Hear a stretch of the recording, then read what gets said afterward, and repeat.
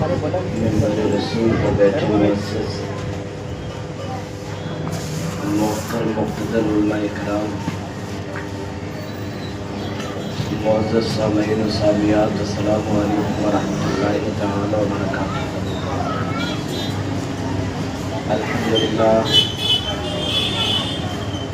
الحمدللہ الذی انزل علیما قدیرا سمیعا بصیرا، الذي لا حية له ولا إهة له ولا كيفية له، فلا جزو غزو له ولا جسم جسيم له ولا قسم قسيم له، الذي من علينا إذ جعلنا من أمته حبيبه المصطفى، والصلاة والسلام على صراط الحكمة والهداية وصاحب التاج وختم النبوة وصحبه وللكرم والصدق والصفاء، كثيرا كثيرا إلى يوم اللقاء. أما بعد، فأعوذ بالله من الشيطان الرجيم، بسم اللہ الرحمن الرحیم، رضی اللہ عنہم ورضوا عنہ، آمنت باللہ صدق اللہ المولانا العظیم، وصدق رسولہ النبی الامین المتین المبین المعین الکریم، ونحن على ذلك لمن الشاهدين والشاكرين والذاكرين والحمد لله رب العالمين. سرورا شاہ کریمہ دستگیرہ اشرفا، حرمت روح پیمبر یک نظر کل سوئے ماں، اے اشرف زمانہ زمانے مدد نما، درہائے بستراز کلید کرن گشا، اشرف نہنگ دریا دریا بسی ندارت، دشمن ہمیشہ پرغم با ذکر تو دوست دارت، لی خمسة نطفی بها حد الربائل حاتمہ، المصطفیٰ والمرتضی وابناؤہما والفاطمہ. کچھ عرض و معروض سے قبل آئیے ہم اور آپ مل کر آقائے نامدار مدنی تاجدار ہم غریبوں کے مبعوثات، نائب پروردگار شفیع روز شمار، شافع روز جزا دافع جملہ بلا، مقصد باعث تخلیق کائنات، یعنی حضور احمد مجتبی محمد مصطفیٰ صلی اللہ علیہ وسلم کی بارگاہ بے کس پناہ میں عقیدت و محبت کے ساتھ ہدیہ درود پاک پیش کریں. پڑھے بآواز بلند، اللہم صلی علی سیدنا و مولانا محمد معدن الجود والکرم، منبع العلم والحلم والحکم، وعلى آلہ الکرام وصحبہ العظام، بارک وسلم صلاۃ و سلام علیک یا رسول اللہ. نبی اور آل نبی پر ایک مرتبہ آواز بلند پڑھے، اللہم صلی علی سیدنا و مولانا محمد عدد ما فی علم اللہ، صلاۃ دائمۃ بدوام ملک اللہ، صلو علیہ صلاۃ و سلام علیک یا حبیب اللہ، صلاۃ و سلام علیک یا نبی اللہ صلی اللہ تعالی علیہ وسلم.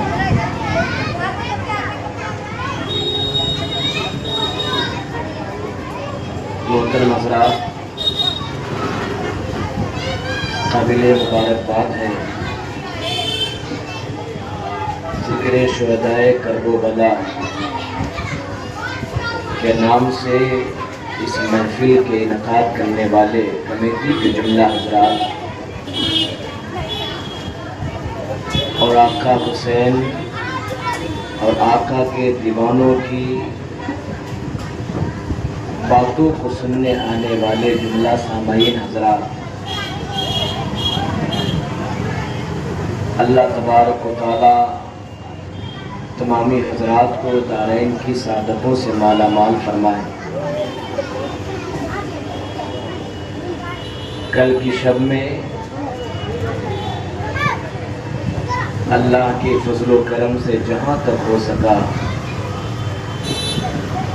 خلیفہ دوم خلیفۃ الاسلام والمسلمین حضرت سیدنا عمر فاروق رضی اللہ تعالی عنہ کی ذات کے تعلق سے اور ان کی بات کے تعلق سے ان کے حوالے و مناقب کو ہم آپ کے درمیان رکھیں اور آپ نے سماعت کیا۔ آج خلیفہ سوم حضرت سیدنا عثمان غنی رضی اللہ تعالی عنہ کے تعلق سے کچھ باتیں ہم آپ تک پہنچائیں گے، اس کو آپ سماعت کریں اور اپنی زندگی میں اتارنے کی کوشش کریں۔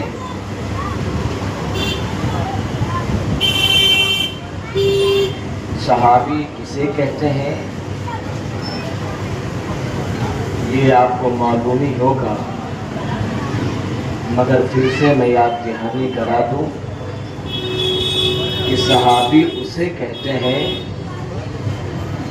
جس نے اپنی آنکھوں کی نگاہ سے سرکار کو دیکھا اور ایمان کے ساتھ ہی وہ دنیا سے رخصت ہوا، اسے صحابی کہتے ہیں۔ ادنا صحابی کے برابر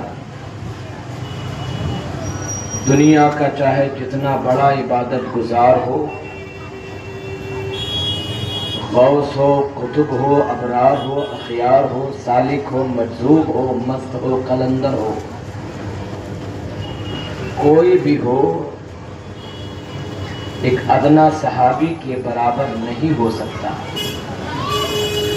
اس لیے کہ صحابی کوئی عمل سے نہیں بنتا ہے، صحابی تو حضور کے دیدار سے بنتا ہے۔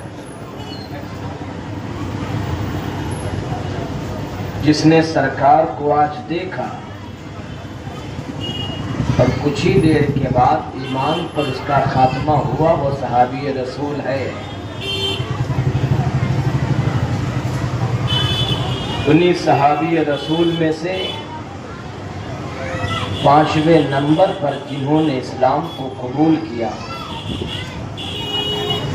جو ایمان لائے، وہ ذات سیدنا عثمان غنی رضی اللہ تعالی عنہ کی ہے۔ آپ کو ذوالنورین بھی کہتے ہیں، لقب آپ کا عبداللہ ہے۔ سیدنا صدیق اکبر رضی اللہ تعالی عنہ سے تجارت کے اعتبار سے دوستی بھی تھی، بزنس مین پارٹنر بھی تھے اور بہت کلوز رہتے تھے۔ تجارت میں اگر کوئی ڈیل سیدنا صدیق اکبر نے کر لیا تو حضرت عمر فاروق رضی اللہ تعالیٰ عنہ اس ڈیل کے بارے میں پوچھتے نہیں تھے اور کہتے جب سیدنا صدیق اکبر نے کر لیا ہے تو ہم بھی راضی ہیں۔ دوستی کا یہ عالم تھا کہ تجارت میں جو بات سیدنا صدیق اکبر کر لیتے، پھر اس کے بعد آپ کوئی چونو چیرا نہیں کرتے، آپ نے اتنے میں کیوں کیا، اتنے میں کرنا چاہیے، آپ نے اس سے کیوں کیا، اس سے کرنی چاہیے۔ بے دریغ آپ اس بات کو مان لیتے، اس لیے کہ سیدنا صدیق اکبر رضی اللہ تعالیٰ عنہ کے ساتھ بے مثال ذات ہے،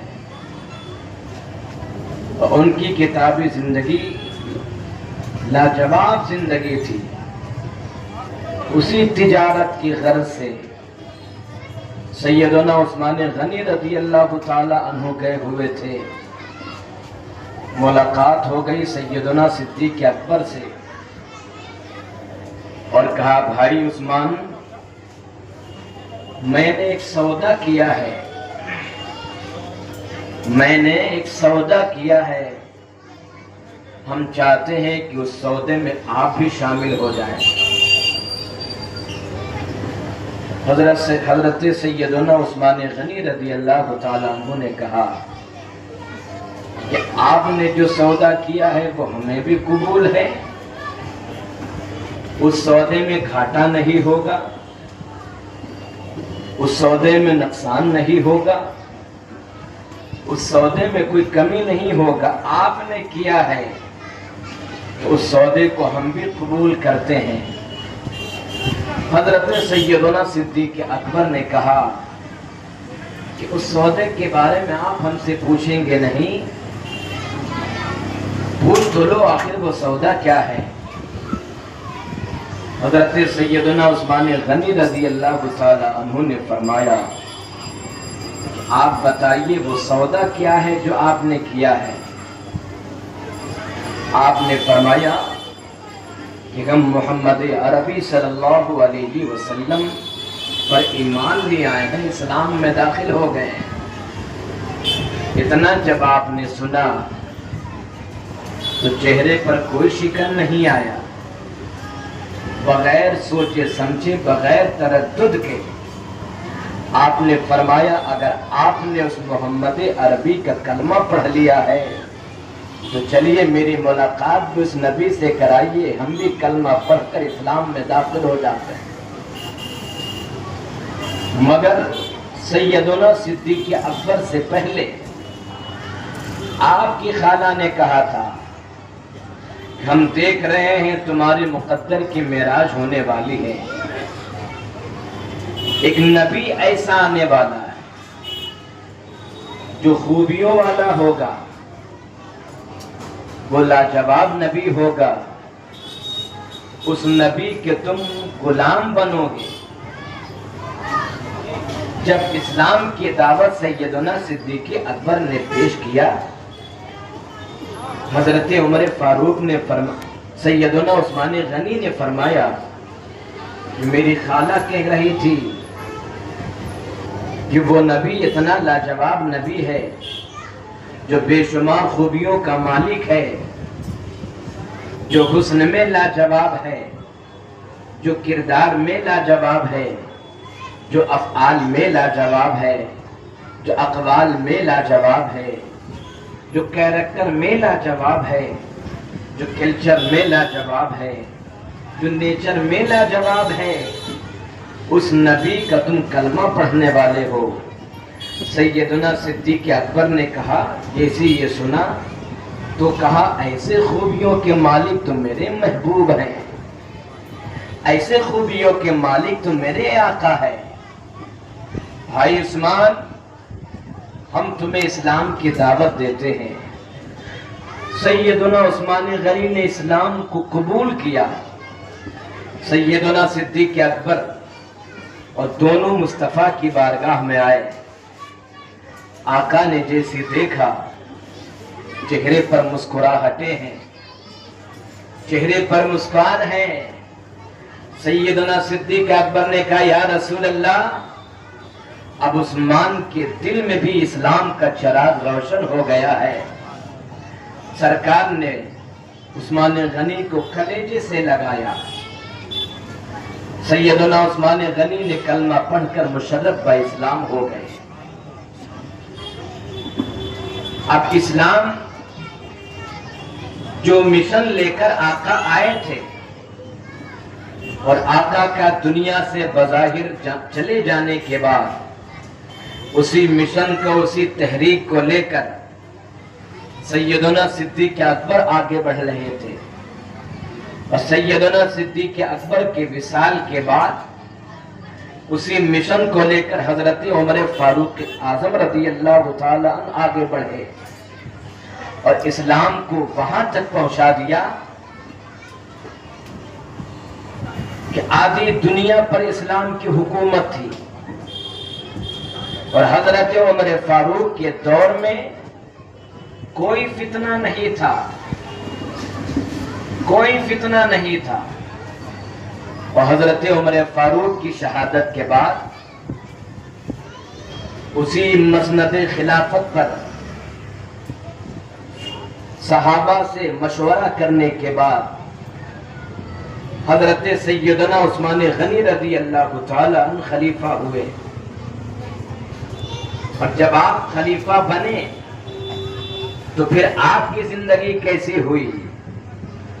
جب آپ مسند خلافت پر جلوہ گر ہوئے تو پھر آپ کی زندگی میں کیسا انقلاب آیا؟ کیسا انقلاب آیا؟ آپ نرم طبیعت کے مالک تھے. حضرت عمر فاروق رضی اللہ تعالی نرم اور سخت دونوں کے مالک تھے، مگر آپ کے مزاج کے اندر نرمی تھی، عاجزی اور انکساری تھی. اور آپ کو ذو النورین اس لیے کہا جاتا ہے کہ نبی دو عالم کی دو شہزادی آپ کے نکاح میں تھی. اور حضرت آدم علیہ نبینا علیہ الصلوۃ والتسلیم سے لے کر حضرت عیسیٰ علیہ السلام تک، اس لیے کہ تاجدار ختم المرسلین آقا ہے، نبوت کا دروازہ مصطفیٰ پر آنے کے بعد بند ہے. حضرت آدم علیہ السلام سے لے کر حضرت عیسیٰ علیہ السلام تک کسی بھی نبی کی دو بیٹی کسی ایک شخص کے نکاح میں نہیں ہوئی. یہ خصوصیت اگر کسی کو ملا ہے تو وہ سیدنا عثمان غنی کو ملا ہے کہ ایک نبی کی دو شہزادی آپ کے نکاح میں تھی. اس لیے آپ کو ذو النورین کہا جاتا ہے، دو نور والے. ذو النورین، دو نور والے. پہلی شہزادی حضرت رقیہ رضی اللہ تعالیٰ اور دوسری شہزادی حضرت کلثوم رضی اللہ تعالیٰ. اور آپ اتنے باحیا تھے، اتنے شرم و حیا کے پیکر تھے، اتنے باحیا تھے، اتنے باحیا تھے کہ آسمان کے فرشتے بھی حیا کرتے تھے. آ گئے جبرائیل، سرکار نے دیکھا جبرائیل اندر کیوں نہیں آتے ہو؟ تب حضرت جبرائیل نے کہا یا رسول اللہ، سیدنا عثمان غنی بیٹھے ہوئے ہیں اور ان کے بٹن، کرتے کا ایک بٹن کھلا ہوا ہے.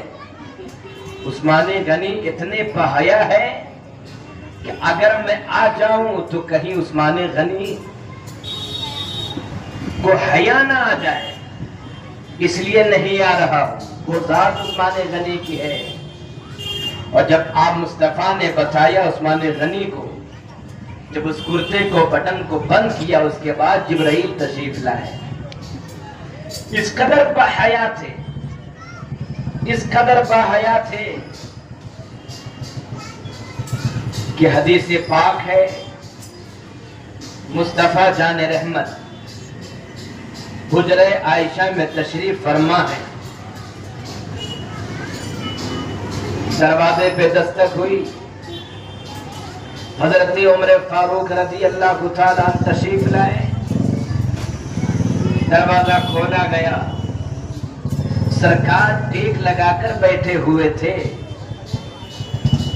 اور آپ کا تہبند شریف پنڈلی کے اوپر تھا. ایک روایت میں ہے کہ ران کے اوپر تھا، لیکن اصل روایت یہ ہے کہ پنڈلی شریف کے اوپر تھا. مصطفیٰ جان رحمت کی پنڈلی شریف کھلی ہوئی تھی. حضرت عمر فاروق کا جب تک بات کرنا چاہا بات کیا، مصطفیٰ نے جواب دیا، چلے گئے. سیدنا صدیق اکبر آئے، اسی حال میں سرکار رہے. جب تک بات کرنا چاہا بات کیا، سرکار نے جواب دیا، وہ چلے گئے. کچھ دیر کے بعد دروازے پہ دستک ہوئی، حضرت آواز آئی، کون؟ فرمایا عثمان. مصطفیٰ جان رحمت جو لیٹے ہوئے تھے اٹھ کر بیٹھ گئے اور تہبند شریف کو صحیح کیا. پنڈلی شریف جو کھلی ہوئی تھی اس کو ڈھک لیا. اس کے بعد کہتے ہیں عائشہ دروازہ کھولو، دروازہ کھولا گیا، سیدنا عثمان غنی تشریف لائے، مصطفیٰ سے ہم کلام ہوئے، گفتگو کا سلسلہ دراز ہوا، جب تک بات کرنی چاہیے بات آپ نے کیا، کچھ گفت و شنود ہوئی، اس کے بعد وہ بھی تشریف لے گئے۔ جب تشریف لے جانے کے بعد سیدہ عائشہ صدیقہ رضی اللہ تعالی عنہا تشریف لائی، مصطفیٰ کی بارگاہ میں آتی ہے، عرض کرتی یا رسول اللہ آقا عمر آئے، آپ اسی حالت میں رہے، میرے بابا جان آئے، آپ اسی حالت میں رہے، مگر جب سیدنا عثمان غنی تشریف لائے تو آپ اٹھ کر بیٹھ گئے، اپنی آپ کی پنڈلی شریف جو کھلی ہوئی تھی اس کو آپ نے ڈھک لیا۔ یہ رویہ کیوں اختیار کیا؟ یہ معاملہ کیا ہے؟ آپ نے ایسا کیوں کیا؟ تب محمد عربی نے کہا تھا عائشہ اس سے حیا کیوں نہ کرو جس سے حیا آسمان کے فرشتے کرتے ہیں، میں اس سے کیوں نہ حیا کرو جس سے حیا آسمان کے فرشتے کرتے ہیں۔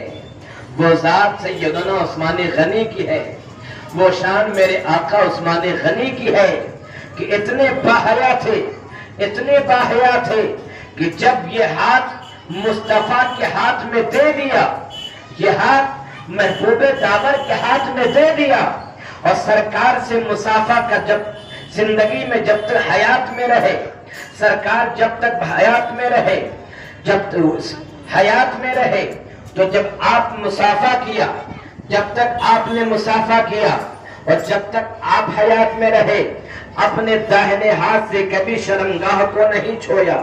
اتنے بحیا تھے کہ جب تک آپ حیات میں رہے کبھی بھی آپ نے اپنے حمام خانے میں جو چاروں طرف سے پردے میں ہوتا ہے کبھی بھی آپ نے اپنے بدن سے بغیر کپڑے کا غسل نہیں فرمایا۔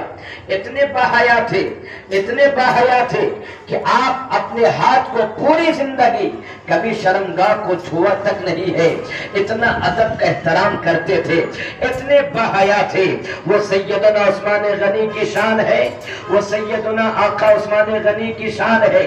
عزیزان ملت اسلامیہ، مگر سخاوت کیسے آپ کیا کرتے تھے، جود و عطا کیسے کیا کرتے تھے، اسلام کو اپنی سخاوت سے وہاں تک پہنچا دیا تھا، اسلام کو اپنی عطا سے اتنا دے دیا تھا، اتنا دے دیا تھا کہ جنگ تبوک کے موقع پر مصطفیٰ جان رحمت نے اپنے دیوانوں کے انجمن میں کہتے ہیں اے میرے دیوانوں، ہے کوئی جنگ تبوک کا موقع ہے کوئی جو اسلام کے لیے کچھ اللہ کی راہ میں کچھ دے دے۔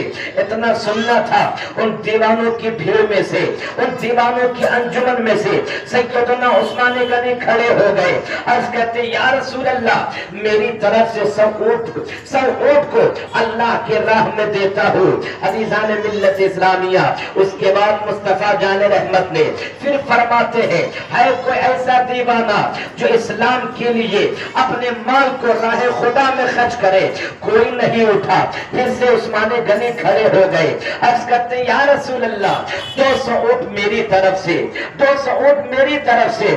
مصطفیٰ جان رحمت فرماتے ہیں عثمان اللہ تجھے اچھا رکھے، اللہ تجھے اچھا رکھے، اللہ تجھے اچھا رکھے۔ آقا نے پھر فرمایا ہے کوئی جو اسلام کے لیے، اسلام کے ساتھ دشمن سے مقابلہ ہے، اللہ کی راہ میں کچھ مال کی ضرورت ہے، کوئی اللہ کی راہ میں خرچ کرے؟ پھر سے سیدنا عثمان غنی کھڑے ہو گئے، عرض کرتے یا رسول اللہ یا حبیب اللہ۔ پھر سے عثمان کی طرف سے 300 اونٹ دیا جاتا ہے۔ اتنا کہنا تھا، محبوب داور کہتے ہیں اے میرے عثمان تم نے اتنا دے دیا ہے، اتنا دے دیا ہے کہ اب تجھے کوئی عمل خسارہ نہیں کرے گا، اب کوئی بھی عمل تجھے برباد نہیں کرے گا۔ جب سیدنا عثمان غنی نے سنا تھا، عرض کرتے یا رسول اللہ اب 300 اونٹ اور دیتا ہے، اب 300 اونٹ عثمان اور عطا کرتا ہے اسلام کے لیے، اللہ کی راہ میں 300 اونٹ اور دیتا ہے۔ مصطفیٰ جان رحمت فرماتے ہیں اے میرے عثمان تم نے اتنا دے دیا ہے، اتنا دے دیا ہے کہ اگر تم کچھ کرو گے بھی نہیں تب بھی تم پہ کوئی فرق پڑنے والا۔ آقا کہتے ہیں میرے عثمان نے اتنا دے دیا، اتنا دے دیا کہ ہم جنگ کے لیے تیار ہو گئے، ہم جنگ کے لیے اتنا میرے عثمان نے دے دیا کہ ہم جنگ کرنے کے لیے تیار ہو گئے۔ وہ تھی، وہ ذات سیدنا عثمان غنی کی ہے، وہ میرے آقا عثمان غنی ہے کہ آپ نے اپنے سخاوت کا دریا اس قدر بہایا۔ ہر چیز سے اللہ نے نوازا تھا، کوئی کمی نہیں۔ بہت بڑے تجارت مین اور بزنس مین تھے، بہت بڑے تاجر تھے، مگر اپنے پیسے کو لہو و لعب میں نہیں خرچ کیا، اپنے پیسوں کو آوارہ گردی میں نہیں خرچ کیا، اپنے پیسوں کو دنیاوی لہو و لعب میں نہیں خرچ کیا، بلکہ پورا مال راہ خدا میں خرچ کیا ہے، راہ خدا میں خرچ کیا ہے۔ آج اللہ کسی کو ہدا دے دے اور اللہ آج کسی کے پاس چند پیسہ آ جائے، اس کے پاس پیسے کی بھرمار ہو جائے تو پھر وہ عیاشی کی طرف جاتا ہے، پھر وہ گناہ کی طرف جاتا ہے، پھر وہ زنا کی طرف جاتا ہے۔ تھوڑی سی پیسے زیادہ کیا ہو گیا کہ اب تو وہ نیکیوں سے دور ہو جاتا ہے اور گناہ سے قریب ہو جاتا ہے، پھر وہ عیاشیاں کرتا ہے، پھر وہ نہ جانے زنا کے میکدے کو آباد کرتا ہے۔ عزیزان ملت اسلامیہ، دولت کی دعا مانگا کرو، مگر ساتھ میں یہ بھی مانگا کرو کہ اللہ مجھے دولت دے تو عثمان غنی جیسا دولت دے، اللہ مجھے روپیہ پیسہ دے تو عبدی جو ہے عثمان غنی جیسا دے۔ اس لیے پیارے نیک کام میں اگر کوئی بندہ خرچ کرتا ہے اس کا حساب و کتاب نہیں لیا جائے گا، لیکن دوسری جگہ پر اگر آپ خرچ کریں گے تو ہر ایک کا حساب و کتاب لیا جائے گا۔ تم نے اتنے مال کو کہاں پر خرچ کیا ہے، تم نے اتنے پیسے کو کہاں پر خرچ کیا ہے، مگر جو مال، جو روپیہ پیسہ، جو مال و دولت راہ خدا میں دیا جاتا ہے اس مال کا حساب نہیں ہوتا ہے، اس مال کے بارے میں پوچھا نہیں جاتا۔ اس لیے الہی کالونی کے سنی مسلمانوں، اگر اللہ تمہیں دولت سے نوازے، اگر اللہ تمہیں ثروت سے نوازے، اللہ اگر تمہیں روپیے پیسے سے نوازے تو پیسہ آنے کے بعد اترانا نہیں، پیسہ آنے کے بعد گھمنڈ میں بننا، پیسہ آنے کے بعد اپنے اسٹیٹس کو بڑھا مت دینا، بلکہ اس پیسے کو راہ خدا میں خرچ کرنا۔ جب بندہ راہ خدا میں خرچ کرتا ہے پھر اس مال میں کمی نہیں آتی، اللہ تبارک و تعالی اس مال میں اضافہ و برکت عطا فرماتا ہے۔ اس قدر اللہ نے آپ کو مال سے نوازا تھا، اللہ نے آپ کو مال و دولت سے نوازا تھا، تو ایسا نہیں کہ دولت ہمارے پاس ہم جو چاہے کریں، جو کچھ چاہے کرے، نہیں، اپنے دولت کو مصطفیٰ کی بارگاہ میں رکھتے تھے، اپنی دولت کو راہ خدا میں خرچ کرتے تھے، راہ خدا میں جی کھول کر خرچ کرتے تھے۔ آج تو اگر کسی سے مانگ لیا جائے کہ دیکھو یہ محفل سجی ہے، آقا حسین کا ذکر جمیل ہے، اس محفل کو سجانے میں، بسانے میں اور اس محفل کو لگانے میں اخراجات کی ضرورت ہوتی ہے، نہیں ہوتی ہے؟ ارے بولیے، اس محفل کا انعقاد کرنے میں کیا پیسے کے اخراجات کی ضرورت نہیں ہوتی؟ بولیے، کیا پیسے کی ضرورت نہیں ہوتی ہے؟ یہ جو اسٹیج لگا ہے، یہ جو بنگا ہوا ہے، جو لائٹیں لگی ہوئی ہے، کیا یہی فری میں لگا ہوا ہے؟ یہ جو علماء کرام کو بلایا جاتا ہے یہی آ گئے؟ اخراجات کی ضرورت ہوتی ہے۔ کتنے لوگ جانتے ہیں کہ اس محفل کو کرنے میں اخراجات کی ضرورت ہوتی؟ وہ لوگ بولیں، بولیے، کیا پیسے کی ضرورت نہیں ہوتی؟ کیا ایک ہی لوگوں سے محفل قائم ہو جاتا ہے؟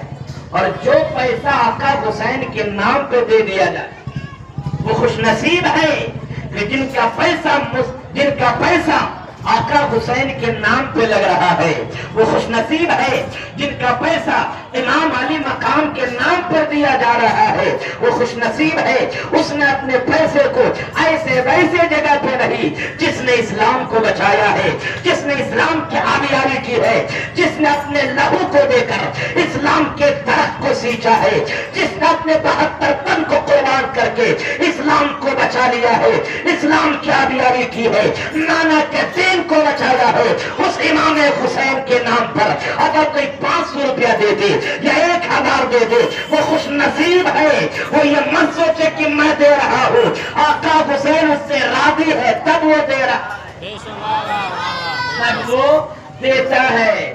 ایسا نہیں کہ کوئی جہاں پہ وہاں دے دے. میرے حسین کی مرضی ہے کہ اس کا پیسہ اس میں لگنا چاہیے. اس لیے میرے پیارے یہ محفل کا جو انعقاد کیا گیا ہے اس کے اخراجات ہیں، تو اس کے اخراجات کو پورا کون کرے گا؟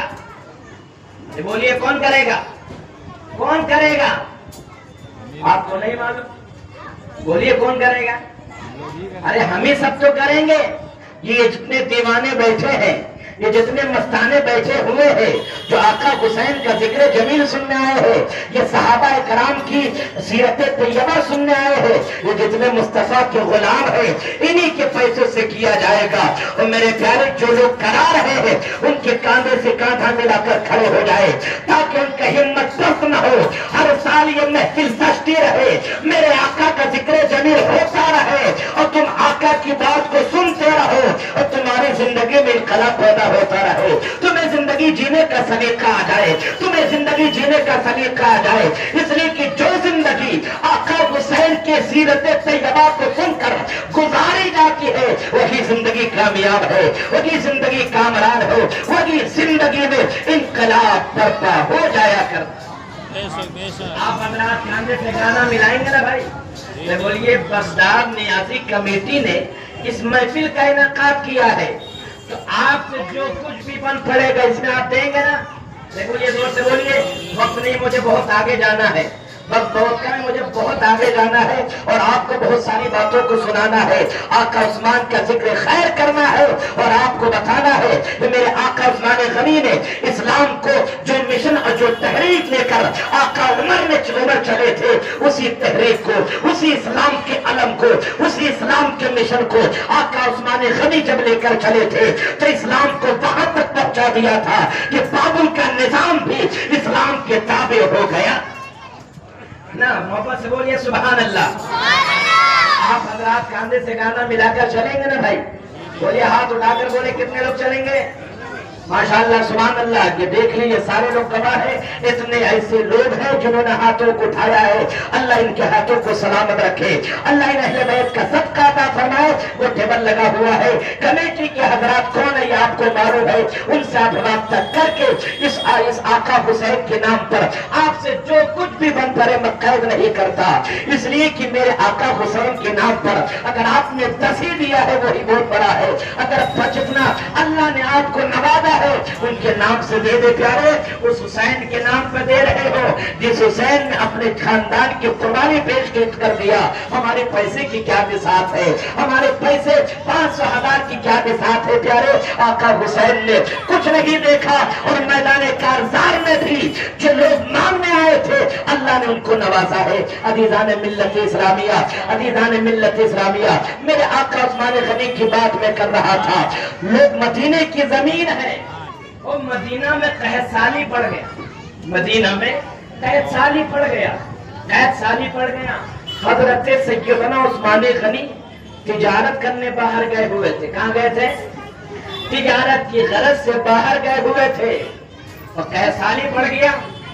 دیوانوں کے لبوں پر پیاس کی شدت ہے، دیوانوں کے لبوں پر پیاس کی شدت ہے. اور مدینے میں ایک ہی کنواں ہے جس کا پانی میٹھا ہے، اور بھی کنویں ہیں جس کا پانی کھارا ہو گیا. ایک ہی کنواں ہے اور وہ کنواں یہ ایک یہودی کا تھا جس نے پابندی لگا دی کہ ہم کنویں کا پانی نہیں دیں گے.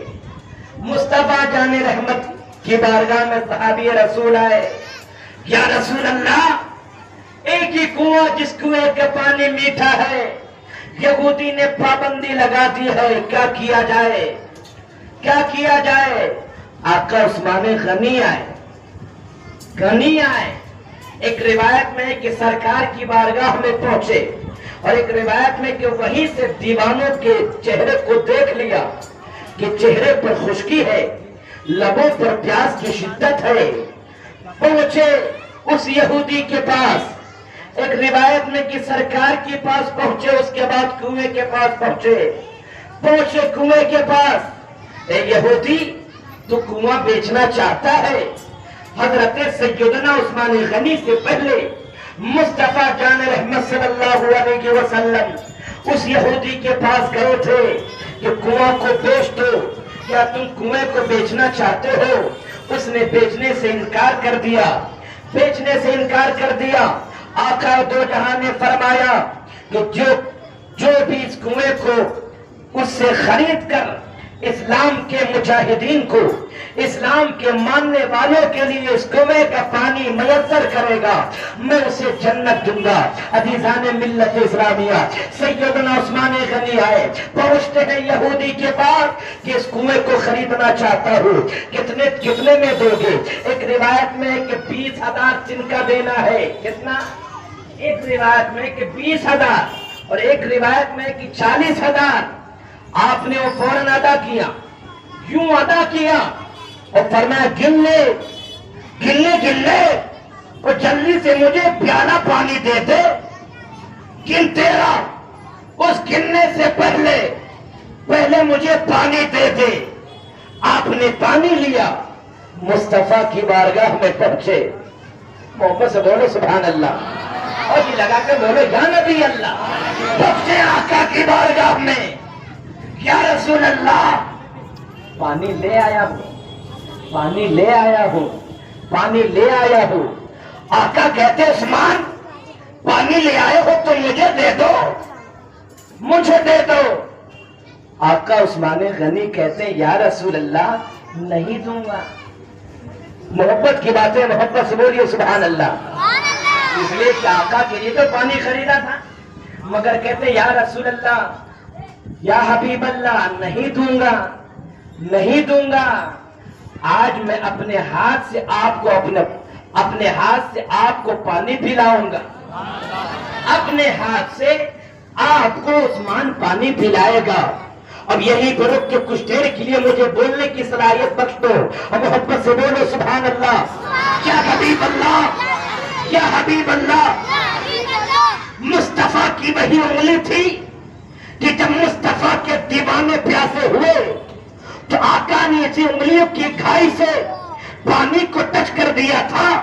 ندیہ پنجاب رحمت کی ہے جاری باہبا، یا حبیب اللہ، وہاں آپ نے ٹچ کیا، دیوانوں کو پانی آپ نے پلا دیا تھا، مستانوں کو پانی آپ نے پلا دیا تھا۔ یہاں تو کنواں تھا، یہاں تو کھارا کنواں تھا، یا حبیب اللہ یہاں کیوں نہیں جنت سے پانی اتار دیتے؟ یا حبیب اللہ یہاں تو کنواں کھاری موجود تھا۔ صدیق پیاسے ہے، عمر پیاسے ہے، حضرت زبیر پیاسے ہے، حضرت سعد بن ابی وقاص پیاسے ہے، حضرت طلحہ پیاسے ہے، حضرت زبیر پیاسے ہے، حضرت عبد الرحمن بن عوف پیاسے ہے۔ یا رسول اللہ آج یا جنت آب کوثر کو اتار دیتا؟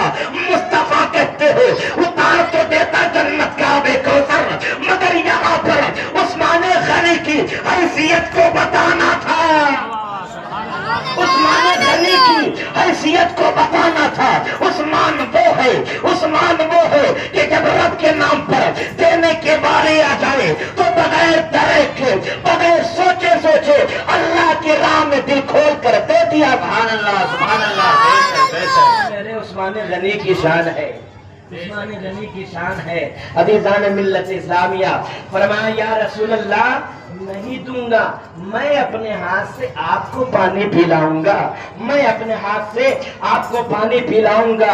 عزیزان ملت اسلامیہ، سیدنا عثمان غنی نے کہا تھا یا رسول اللہ میں نے سنا ہے کہ جو کنواں خریدے گا، بیر نما خریدے گا، میں اسے جنت عطا کروں گا، میں اسے جنت عطا کروں گا۔ جنت دیجئے، کنواں لیجئے، تو آپ کب بولیں گے؟ آپ بولیں نا سبحان اللہ۔ جنت دیجئے اور کنواں لیجئے، کنواں آپ کا، جنت میری۔ یا حبیب اللہ پانی پی لیجئے۔ سیدنا عثمان غنی نے اپنے ہاتھ سے مصطفیٰ جان رحمت کو پانی پلایا، مصطفیٰ جان رحمت کو پانی پلایا۔ اور سرکار پانی پینے کے بعد عرض کرتے میرے دیوانوں ادھر آؤ، میرے مستانوں ادھر آؤ، عمر تم بھی ادھر آؤ، میرے مستانے ادھر آؤ۔ کل بروز قیامت میں، کل جب سارے لوگ موجود ہوں گے، جب سارے لوگ موجود ہوں گے، دائیں صدیق ہوں گے، بائیں عمر ہوں گے، دائیں صدیق ہوں گے، بائیں عمر ہوں گے۔ جو دائیں سے آئے گا اسے صدیق بلائیں گے، جو بائیں سے آئے گا اسے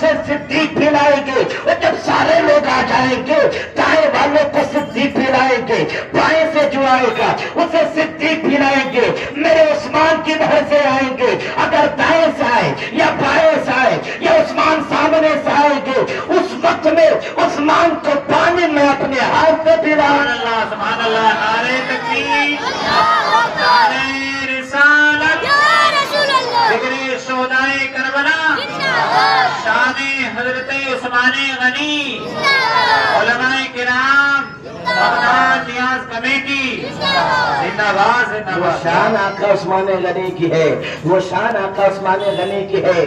میں مدینے میں قحط سالی پڑ گیا، خبر لگ گئی کہ 1000 اونٹ پر سیدنا عثمان غنی کا سامان آ رہا ہے، مال لد کر آ رہا ہے۔ لوگوں پہنچے عہد صدیقی کا واقعہ ہے، یعنی سیدنا صدیق اکبر کے دور خلافت میں ان کے زمانے میں 1000 اونٹ آ رہا تھا۔ لوگ پہنچے سیدنا صدیق اکبر کے پاس کہ 1000 اونٹ پر سامان آ رہا ہے۔ آپ مدینے میں قحط سالی ہے، لوگوں کے راشن پانی کا ختم ہو گیا ہے، ان کے اونٹ پر سامان آ رہا ہے۔ پہنچے عثمان غنی کے پاس کہ بیچو گے؟ آپ نے کہا تجارت کرنے کے لیے تو منگایا ہوں، بیچنے کے لیے ہی تو منگایا ہوں، کتنا دو گے؟ 1% دو گے؟ کہ نہیں بیچوں گا۔ 2% دو گے؟ کہ نہیں بیچوں گا۔ 3% دے دو؟ کہ نہیں بیچوں گا۔ 4% لے لو؟ کہ نہیں بیچوں گا۔ 5% لے لو؟ کہ نہیں بیچوں گا۔ خبر لگ گئی سیدنا صدیق اکبر کو۔ آئے سیدنا صدیق اکبر سیدنا عثمان غنی کے پاس کہ مال آیا ہے اور آپ بیچ نہیں رہے، اتنے جلدی کیسے بدل گیا؟ جنگ تبوک کے موقع پر دل کھول کر راگے خدا میں دیا ہے، مدینے کی سرزمین کو توسیع کرنے کے لیے آپ نے بھی دیا ہے، اتنے جلدی کیسے بدل گئے؟ اتنے جلدی کیسے بدل گئے؟ تب سیدنا عثمان غنی نے کہا تھا آقا آپ بھی نہیں سمجھ پائے، آپ بھی نہیں سمجھ پائے، آپ بھی نہیں سمجھ پائے کہ بتانا کیا چاہتے ہو؟ تب سیدنا عثمان غنی نے کہا تھا لایا ہو تو بیچنے کے لیے ہی، لایا ہو تو بیچنے کے لیے ہی، مگر 2% میں نہیں بیچوں گا، 3% میں نہیں بیچوں گا، 5% میں نہیں بیچوں گا، بلکہ مصطفیٰ نے کہا تھا کہ جو مال راگے خدا میں دیا جاتا ہے اللہ تبارک و تعالیٰ ایک مال کے بدلے میں 10 گنا عطا فرماتا ہے۔ میں تو سارا مال اللہ کے راہ میں دینے کے لیے آیا ہوں۔ مدینے کے لوگ جس کو جو چاہے وہ روٹی لے لے، جس کو جو چاہے چاول لے لے، جس کو جو چاہے دال لے لے، جس کو جو کچھ چاہے وہ لیتا چلا جائے۔ میرا سودا تو خدا سے ہو گیا ہے، میں نے تجارت تو خدا سے کر لیا۔ وہ ذات سیدنا عثمان غنی کی ہے، وہ میرے آقا عثمان غنی کی شان ہے۔ آج تو تھوڑا پیسہ آ گیا تو بندہ کالر کھڑا کر کے چلتا ہے، اترا کر چلتا ہے، ہم پیسے والے ہیں، ہم روپیہ والے ہیں، ہم جائیداد والے ہیں، پیسوں کی ہمارے پاس ریل پیل ہے، بیمار ہے پیسے کی۔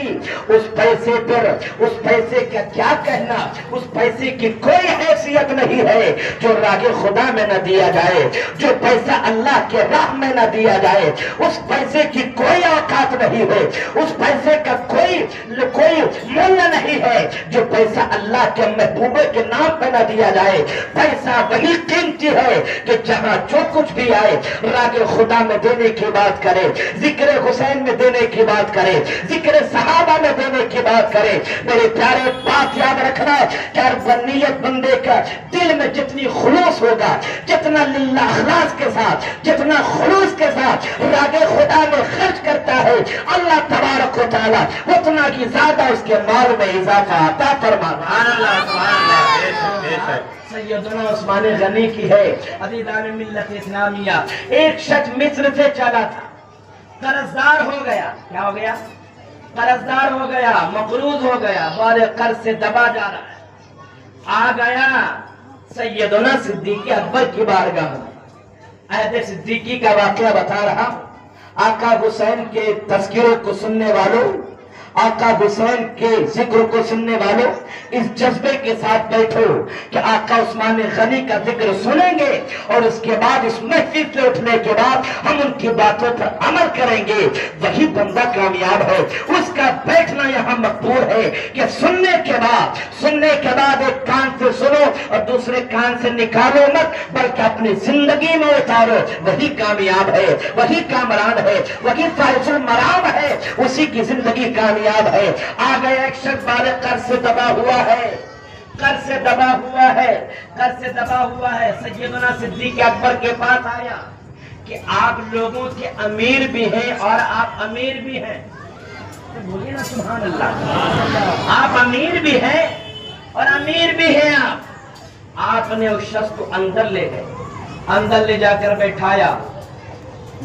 بیٹھایا، فرمایا میرے پاس یہی ایک گھر ہے، باقی کچھ نہیں ہے، سب راہ خدا میں لٹا دیا، ایک در ہے، ایک دروازہ ہے، ہم تمہیں بھیجتے ہیں، وہاں چلے جانا، نام بتانے کی ضرورت نہیں ہے، وہاں چلے جاؤ، تمہاری ضرورتوں کو وہ پوری کر دیں گے۔ چلا وہ حضرت سیدنا عثمان غنی کے دروازے پر پہنچا تو اندر سے آواز آ رہی تھی، آپ ڈانٹ رہے تھے اپنے بیٹے کو، اپنے شہزادے کو ڈانٹ رہے تھے کہ شہد اور دودھ ملا کر پی رہے ہو، دونوں میں سے کوئی ایک پیو، دونوں مت پیو۔ وہ سوچ رہا تھا یا اللہ یہ تو دودھ اور شہد پہ ڈانٹ رہے ہیں، ہم کو کیا دیں گے؟ یہ تو اندر کسی کو ڈانٹ رہے ہیں کہ کوئی ایک پیو، یا تو دودھ پیو یا تو شہد پیو، ہم کو کیا دیں گے؟ مگر بھیجا تھا سیدنا صدیق اکبر نے، بھیجا تھا میرے آقا صدیق نے بھیجا ہے، تو کیسے واپس چلے جاؤں؟ رکا رہا، پھر اندر سے ڈانٹنے کی آواز آئی کہ اب جب تم نے یہ پی لیا ہے تب حلوہ مت کھاؤ۔ کہ یا اللہ یہ تو ڈانٹ رہے ہیں، پینے کھانے پر ہمیں کیا دیں گے؟ کچھ دیر کے بعد نظر پڑ گئی سیدنا عثمان غنی کی، فرمایا آ جاؤ، اندر آ جاؤ۔ کچھ تاخیر ہو گئی، میں اپنے بیٹوں کو اندر سمجھا رہا تھا، تاخیر ہو گئی، اس کے لیے معاف کرنا۔ عزیزان ملت اسلامیہ اندر بلایا اور بلانے کے بعد آنے کی غرض و غایت کو پوچھا نہیں، مقصد کو پوچھا نہیں، اندر بلایا، بیٹھانے کے بعد وہی شہد اور دودھ کا پیالہ پیش کیا۔ وہ تو سوچ رہا تھا ابھی تو ڈانٹ رہے تھے اور ہم کو یہ دے رہے ہیں، ابھی ڈانٹ رہے تھے ہم کو دے رہے کہ پی لے جی بھر کے پی لے، مصر سے آیا ہے پیاسا ہے تو، مصر سے چل کر آیا ہے پیاسا ہے تو، پی لے۔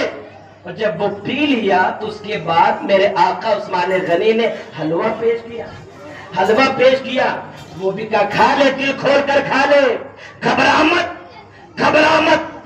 اگر اور لگے تو اور ملے گا، اس لیے کہ مصر سے پیدل چل کے تو آیا ہے، پی لے، کھا لیا۔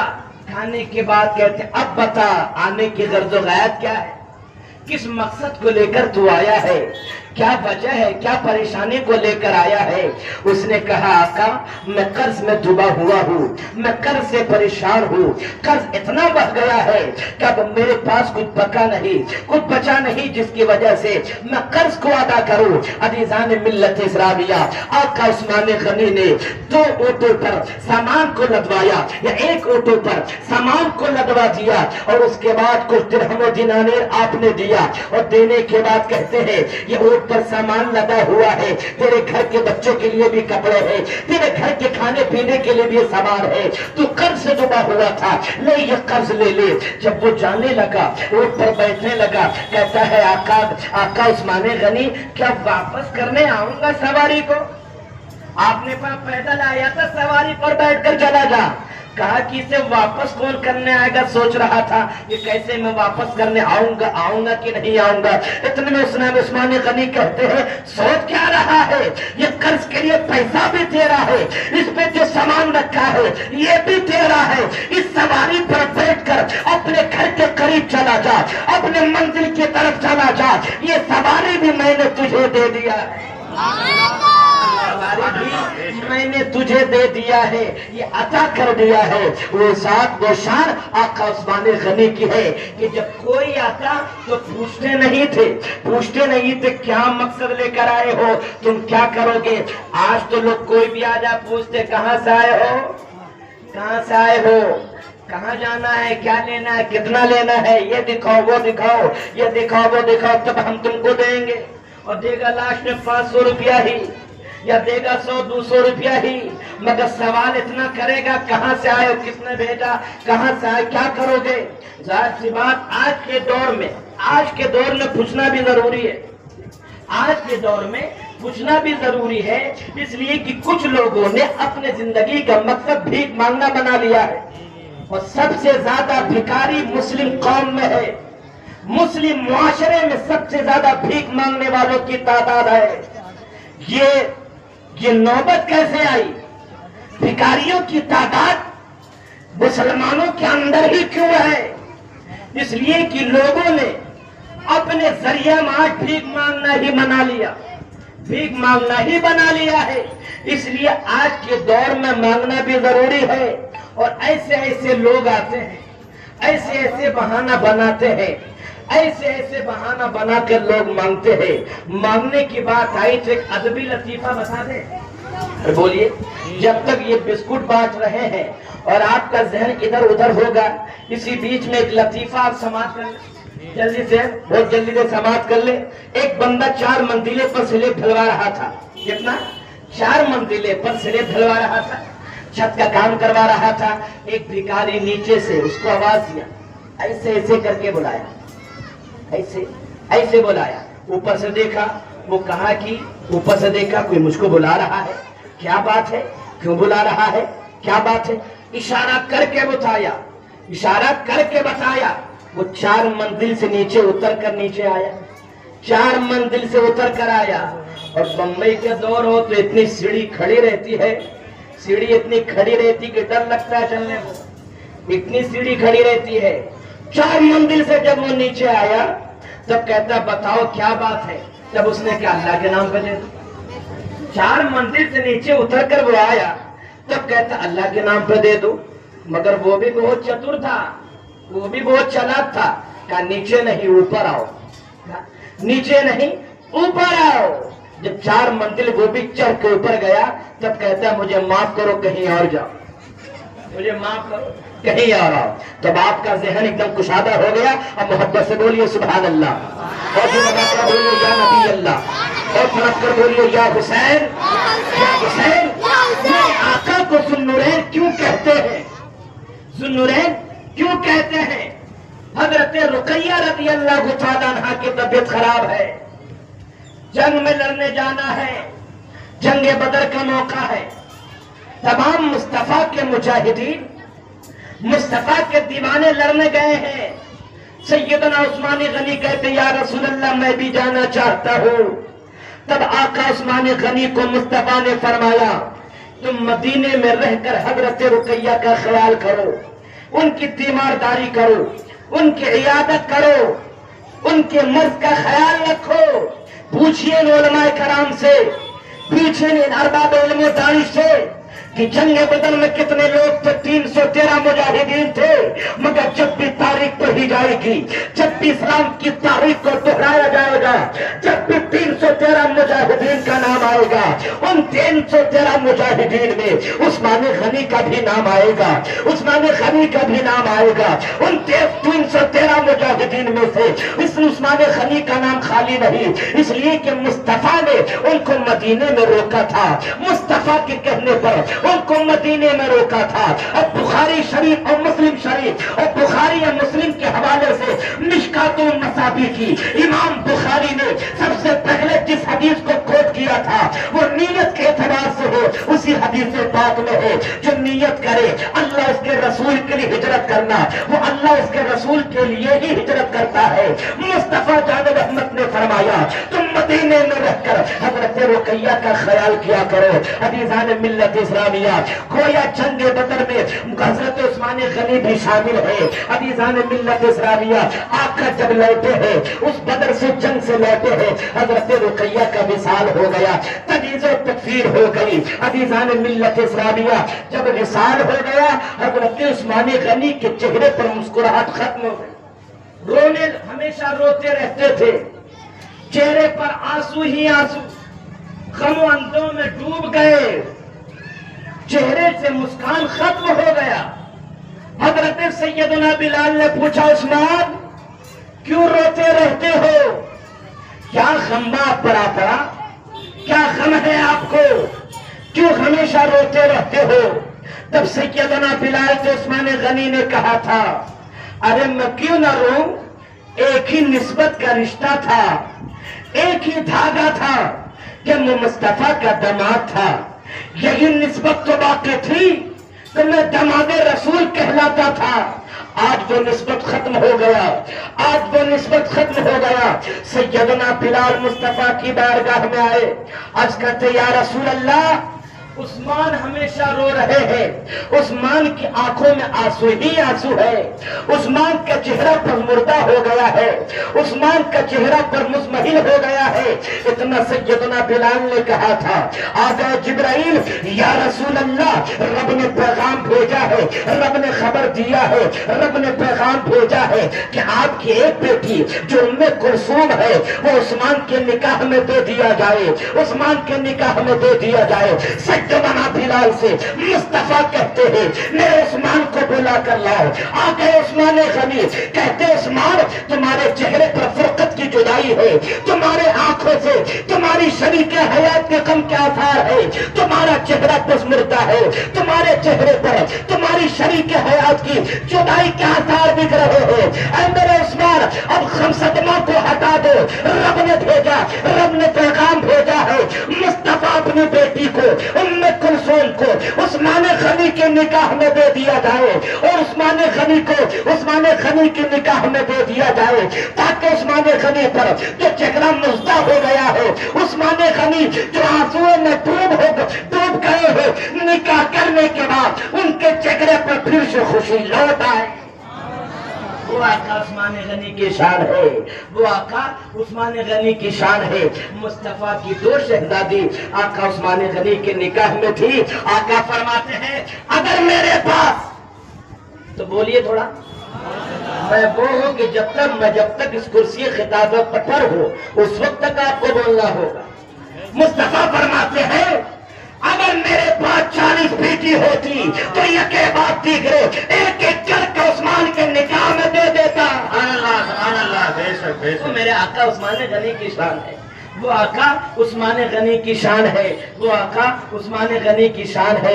عزیزان ملت اسلامیہ، کیسا اسلام کو سخاوت کا دریا بہایا تھا، کس قدر اسلام کو جود و سخا کے قطرات بہائے تھے کہ اسلام کو مکہ و مدینے کی چوہدی سے نکال کر، مقام بدین سے نکال کر، ماوراء النہر سے نکال کر، اور آذربائیجان سے نکال کر بابل کی سرزمین تک اسلام کے جھنڈے کو پہنچا دیا تھا۔ عزیزان ملت اسلامیہ، مگر اسی آقا عثمان غنی پر ایک زمانہ ایسا آیا، 12 سال مسلب خلافت پر رہے، 6 سال تو بہت اچھا گزر گیا، مگر 6 سال میں ایسا فتنہ ظہور ہوا، ایسا فتنہ ظہور ہوا۔ مصطفیٰ نے فرمایا تھا، میرے عثمان، ایک زمانہ تم پر ایسا آئے گا کہ جب فتنوں کا دور ہوگا، لوگ تم سے خلافت چھننا چاہیں گے، لوگ تم سے یہ اس لباس کو، خلعت کو چھننا چاہیں گے، مگر تم اس خلعت کو اتارنا نہیں، تم حق پر رہو گے۔ عزیزان ملت اسلامیہ، آ گیا وہ دور جب مصر سے بلوائیوں کا دور ہو گیا۔ عبداللہ ابن سبا اور مروان نے مل کر ایک پلاننگ تیار کی، اب اسلام کو کھوکھلا کیا جائے، اسلام کے جڑوں کو کاٹ دیا جائے، روم اور مصر اور ایران کو جو ہم سے چھینا گیا ہے، اس کو لینے کے لیے یہی وقت زیادہ ہے، یہی وقت زیادہ میسر میسر ہے۔ عزیزان ملت اسلامیہ، فتنوں کا دور شروع ہو گیا، فتنوں کا دور شروع ہو گیا۔ آقا عثمان غنی کی اب آخر بات تک میں آپ تک پہنچ رہا ہوں، وقت ہوا مکمل چلا ہے۔ کس قدر عثمان غنی کی شہادت ہوئی ہے۔ بل بھائیوں نے حضرت عثمان غنی کے گھر کا محاصرہ کر لیا، خبر لگ گئی مولا علی کو۔ مولا علی نے حسنین کریمین کو، آقا امام حسن کو، امام حسین کو ان کے گھر کے دروازے پر بیٹھا دیا کہ کوئی آ نہیں پائے، اس لیے کہ خلیفہ کی بات تھی، خلیفہ کی رکشا کرنا ہم پہ ضروری ہے، خلیفہ کا حفاظت دینا، ان کا تحفظ کرنا ہم پہ ضروری ہوتا ہے۔ اس لیے حسنین کریمین کو دروازے پر بیٹھا دیا گیا، مگر بلوائیوں نے ایسا کیا۔ عزیزان ملت اسلامیہ، آقا عثمان غنی کے بعد مصر کا گورنر عمرو بن عاص کو معزول کرنے کے بعد وہاں پر اس مسلک پر مصر کی گورنری عبداللہ ابن سرا کو بیٹھایا۔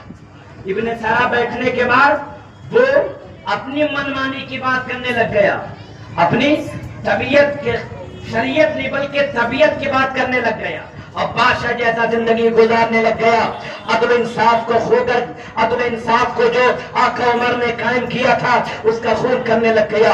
مصر کے صحابہ کرام نے حضرت عثمان غنی کو خط لکھا کہ ایسا ایسا ہو رہا ہے۔ عزیزان ملت اسلامیہ، اس عبداللہ ابن سرا کو جب پتہ لگا کہ کچھ صحابہ کرام میرے خلاف آواز اٹھائیں، ان لوگوں کو اس نے قتل کروا دیا، 70 سے 80 لوگوں کو قتل کروا دیا۔ 700 لوگ مصر سے مدینہ شریف میں آ گئے، اور جب مدینہ شریف میں آئے تب ماحول ایک دم بگڑ گیا، مسجد نبی کا ماحول خراب ہو گیا۔ بلوائیوں نے محاصرہ کر لیا، محاصرہ کرنے کے بعد 40 دن تک آپ پر پانی بند کیا گیا، 33 دن تک کھانے پینے کا انتظام گھر میں تھا۔ آپ اپنے گھر میں اپنی بیوی حضرت نائلہ کے ساتھ تھے، 33 دن تک کھانے پینے کا سامان موجود تھا۔ 33 دن کے بعد کھانا پانی سب ختم ہو گیا۔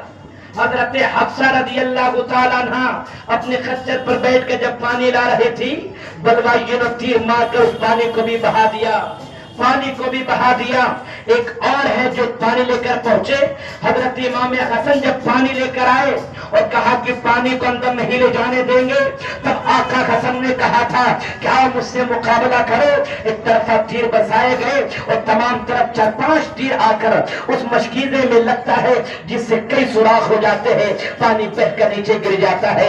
عزیزان ملت اسلامیہ، 33 دن کے بعد مصطفیٰ جان رحمت کی بارگاہ میں خاصوت خام میں کہتے ہیں یا رسول اللہ، ان لوگوں نے مجھ پر پانی بند کر دیا ہے، مسجد نبوی میں نماز پڑھنا دشوار کر دیا ہے، بڑے ظالم یہ لوگ ہیں۔ تب آقا نے کہا تھا عثمان اب وقت آ گیا ہے کہ تم ہمارے ساتھ افطاری کرو گے۔ اگر تم یہ چاہتے ہو یہ تمہاری زندگی کو بڑھا دیا جائے، یا پھر ہمارے ساتھ افطاری کرنا چاہتے ہو۔ حضرت سیدنا عثمان غنی نے کہا تھا یا رسول اللہ، ہم آپ کے ساتھ افطاری کرنا چاہتے ہیں۔ آخر کار وہ وقت آیا جب بلوائیوں نے آگے سے رہی پیچھے کے جانب سے اندر گھسے، یا چھت کے اوپر سے اندر گھسے۔ سیدنا عثمان غنی روزے کی حالت میں تھے، اور آپ نے اپنے شریک حیات سے کہا تھا آج ہمارا آخری دن ہے، اور آپ نے پہلے پارے کی تلاوت کرتے تھے۔ قرآن پاک کی تلاوت کرنا عثمان غنی کو بڑا پیارا تھا، بہت زیادہ قرآن کی تلاوت کرتے تھے، بڑی محبت فرماتے تھے، کثرت سے قرآن کی تلاوت کرتے تھے۔ آج تو ہم میں سے وہ چیز ختم ہو گئی۔ اگر میں کہتا ہوں اگر رمضان نہ ہوتا تو بندہ مسجد ہی میں نہ جائے، اگر ہمارے گھر میں کسی کا انتقال نہ ہو تو کبھی یہ قرآن ہی نہ کھولے۔ بندہ قرآن کھولتا ہے 10ویں پر، 20ویں پر، 30ویں پر، 40ویں پر، یعنی جب کوئی مرتا ہے تب قرآن یاد آتا ہے۔ جب کوئی، اب کتنے ایسے لوگ ہیں کہ پڑھنا بھی نہیں جانتے، بلاؤ مدرسے کے بچوں کو۔ بتائیے جس باپ نے اپنے بیٹے کے لیے پوری زندگی کھپا دی، اس بیٹے کو اتنی توفیق نہیں ہے کہ اپنے باپ کے نام سے پارہ ختم کر کے اظہار ثواب کرے۔ جس باپ نے پوری زندگی دن کو دن نہیں سمجھا، رات کو رات نہیں سمجھا، اور بچے کے فیوچر کو، اس کے مستقبل کو بنانے کے لیے زندگی کو کھپا دیا، مگر باپ کبھی کی دنیا میں پہنچ گیا، اب بیٹے کو اتنا توفیق نہیں، اتنا وہ پڑھنا نہیں جانتا ہے کہ اپنے باپ کے نام سے قرآن پاک پڑھ کر اِسالے ثواب کرے۔ اس لیے میرے پیارے، یہ ایمان مت رکھنا کہ ہمارے بعد ہمارا بیٹا ہم پہ مرنے کے بعد اصالہ ثواب کرے گا؟ جب تم حیات میں ہو اور تمہارے کہنے پر تمہارا بیٹا جب مسجد میں نماز پڑھنے نہیں جاتا ہے تو تمہارے انتقال کے بعد وہ کیسے اصالہ ثواب کرے گا؟ اور کیسے تسبیح و تحمید و تقدیس پڑھ کر تمہارے نام سے اصالہ ثواب کرے گا؟ اس لیے میرے پیارے، اللہ نے زندگی دیا ہے، قرآن کی تلاوت کثرت سے کرو، اللہ کی بارگاہ میں تسبیح و تحمید کثرت سے کرو، نماز بندگانہ کے عادی ہو جاؤ اور سامان آخرت تیار کرو۔ تمہارا بیٹا کل بھیجے یا نہ بھیجے، اپنے اعمال کو اس طرح کر لو کہ کل میدان محشر میں یہ کام آتا نظر آتا۔ معاشرہ کر لیا اور اس کے بعد وہ دور آیا کہ حضرت محمد بن ابو بکر، ایک لمبا ہے، اگر پوری تفصیلیں بیان کرو وقت بہت زیادہ ہو جائے گا۔ اندر کودتے ہیں اور داڑھی شریف کو پکڑتے ہیں۔ تب سیدنا عثمان غنی نے کہا تھا، جانتے ہو میں کون ہوں؟ اگر تمہارے باپ ہوتے اور ان کو یہ حرکت پتا ہوتی کہ تم اس طرح گستاخیاں کر رہے ہو تو وہ تم پہ روتے، وہ تم کو لعنت ملعنت کرتے۔ اتنا کہنا تھا محمد بن ابو بکر جو سیدنا صدیق اکبر کے بیٹے تھے، بعد میں مولا علی نے حضرت محمد بن ابو بکر سے بڑی محبت فرماتے تھے، اپنے بیٹے کی طرح مانتے تھے۔ اتنا جب سیدنا عثمان غنی نے کہا وہ فوراً چھوڑ دیے۔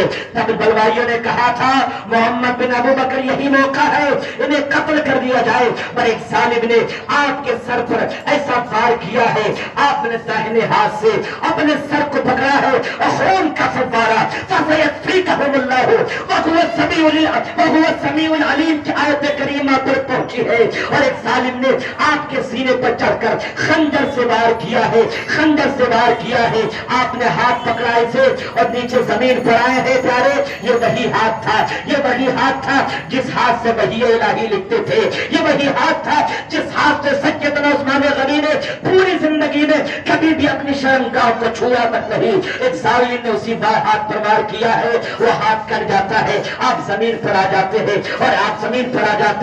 اللہ کی طرف سے زمین پر آتے ہیں اور موت کو خیر آباد کر کے بارگاہ الہی کی طرف چلے جاتے ہیں۔ عزیزان ملت اسلامیہ، جب بلوائیوں نے دیکھا کہ اب ان کا انتقام، یہ شہید ہو گئے ہیں، خبر لگ گئی مدینے کے سرزمین پر، مولا علی کو خبر لگی اور جیسی آئے ہیں اتنے میں جب وہ لوگ شہید کر رہے تھے، جیسے آواز آئی، حضرت نائلہ نے آواز لگایا کہ اپنے امیر کی خبر لو، آقا حسن کو آقا حسین کو خبر لگ گئی۔ جیسے اندر گئے ہیں بلوائیوں نے کہا ایسا نہ ہو ہمارے ہاتھ سے شہزادے نواز رسول کا خون ہو جائے تو معاملہ بہت دیگر ہو جائے گا، مولا علی ہم کو چھوڑیں گے نہیں۔ عزیزان ملت اسلامیہ، اس ماحول میں اور اس جنگ میں آقا حسن کو شدید زخمی پہنچی تھی، بہت زیادہ زخم سے چور ہو گئے تھے۔ عزیزان ملت اسلامیہ، مولا علی کو خبر لگی، مولا علی آتے کہتے ہیں تمہارے رکھنے کے باوجود وہ لوگ کیسے اندر گئے؟ لوگ کہتے ہیں کہ مولا علی کو عثمان غنی سے محبت نہ تھی۔ مولا علی نے اپنے دونوں شہزادے کو سیدنا عثمان غنی کے گھر کے دروازے پر بیٹھایا تھا کہ کوئی بھی آئے۔ آقا حسنین کریمین نے کہا تھا بابا جان اگر وہ ہم سے آتے تو میرے لاش سے گزر کر وہ امیر کے پاس چلے جاتے، مگر ہم سچ کہہ رہے ہیں وہ سامنے سے نہیں بلکہ پیچھے سے آئے ہیں، یہ چھت کے اوپر سے آئے ہیں۔ عزیزان ملت اسلامیہ، اتنا ظلم کیا میرے آقا عثمان غنی پر کہ آپ کو جنت البقیع میں بھی دفن ہونے نہیں دیا۔ حبش کوکب ایک جگہ کا نام ہے۔ آقا عثمان غنی جن صحابہ کے کرام کے ساتھ جب وہاں پر پہنچے تھے تب آپ نے کہا تھا یہاں پر ایک صالح مرد کا تدفین ہوگا، وہی حبش کوکب ہے، ایک صحابی رسول کا وہ باغ تھا۔ آقا عثمان غنی نے اس باغ کو خریدا تھا اور اس لیے خریدا تھا کہ آپ کا مدفن وہاں پہ بننے والا ہے۔ عزیزان ملت اسلامیہ، مگر اللہ کا کرم دیکھیے، اب وہ جگہ جنت البقیع میں آ گیا۔ مصطفیٰ نے فرمایا تھا میرے اور عثمان کے بیچ میں جو جگہ ہے وہ جنت کی کیاری ہے۔ مولا علی کہتے ہیں اگر مجھے پتا ہوتا تو ان کے جستے گھر کو، ان کے لاش مبارک کو میں اپنی دور لے جاتا تاکہ ساری جگہ جنت کی کیاری بنتی نظر آتی۔ وہ آقا عثمان غنی کی شان ہے، بات کرنا چاہوں تو پوری رات اپنے آقاؤں کا ذکر کر سکتا، پوری رات۔ اور جب آقا حسین کا ذکر کرنے پہ آ جاؤ تو میں گنگوں سے بلوا لیتا ہوں. آقا حسین کا ذکر اتنا ہے، وہ اتنا پیارا، اتنا مٹھاس ہے اس ذکر میں. ہم نے کہا تھا یہ ٹیبل لگا ہوا ہے یہ آپ کے مقصد کے لیے ہے. میرے پیارے اس میں آپ بھرپور تعاون کرو، جس سے جو کچھ بھی بن پڑتا ہو وہ کمیٹی سے رابطہ کر کے کرو. اور کچھ لوگ بتائیے امام حسین کے نام پہ حرام خوری کر رہے ہیں، اس کمیٹی کا نام لے کر چندہ کر رہے ہیں. اب مجھے بتائیے کتنے رذیل اور کتنے ذلیل اور کتنے خسیس قسم کے وہ لوگ ہیں کہ آقا حسین کے نام پر چندہ بٹور کر حرام خوری کرتے ہیں. حرام خور کا ایک لقمہ جب تک جسم میں رہتا ہے 40 دن تک نہ دعائیں قبول ہوتی ہے، نہ نماز قبول ہوتی ہے، نہ کوئی ذکر و اذکار قبول ہوتا ہے. اس لیے میرے پیارے حلال رزق کمایا کرو. اگرچہ 1 روپیہ کماؤ تو جب بھی کوئی آپ کے پاس آئے آپ کمیٹی سے رابطہ کیا کرو. اس لیے کمیٹی در در آپ کے گھر پہ نہیں جاتی. یہ ٹیبل لگا ہوا ہے، اسی پر آپ کو تعاون کرنا. کتنے لوگ کریں گے؟ جلدی بولیے کتنے لوگ کریں گے؟ آپ لوگ نہیں کریں گے؟ ادھر والے نہیں کریں گے کیا بھائی؟ کوئی دشمنی ہے؟ محبت سے بولیے سبحان اللہ. انشاءاللہ اگر آپ کاندھے سے کاندھا ملا کر چلیں گے تو کمیٹی آپ کے لیے اور اپڈیٹ کرے گی اور خوبصورت انتظام کرے گی. اس لیے کہ دیکھیں بارش کا موسم ہے، انہوں نے پنڈال کا انتظام کیا ہے تاکہ آپ بیٹھ کر بے چین ہو کر محبوبوں کا تذکرہ سنو، آقا حسین کا تذکرہ سنو، شہادت حسین کا تذکرہ سنو. اس لیے کہیں جہاں کہیں بھی ایسے نیک اور مخلص لوگ ہو جو دین کے کام کے لیے آگے بڑھتے ہو ان کا تم تعاون کیا کرو، ان کا ساتھ دیا کرو تاکہ وہ لوگ نربھس نہ ہو جائے. 36 سال سے یہ پروگرام ہو رہا ہے، انشاءاللہ یہ آگے اور ہونا چاہیے کہ نہیں؟ ہونا چاہیے نا. تو کیسے ہوگا؟